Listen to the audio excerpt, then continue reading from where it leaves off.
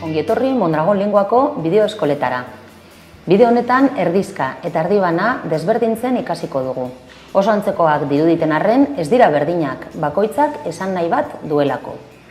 Sagarra erdibana jan dugu. Horrek esan nahi du bakoitzak erdia jan duela eta sagarra bukatu dugula. Dagoeneko ez daukagu sagarrik. Baina sagarra erdizka jan dugula esaten badugu, sagarra ez dugu guztiz jan. Sagar zati bat utzi dugula esan nahi du, eta batek daki zenbat jan duen bakoitzak. Goazen praktikatzera. Aukeratu erdibana edo erdizka.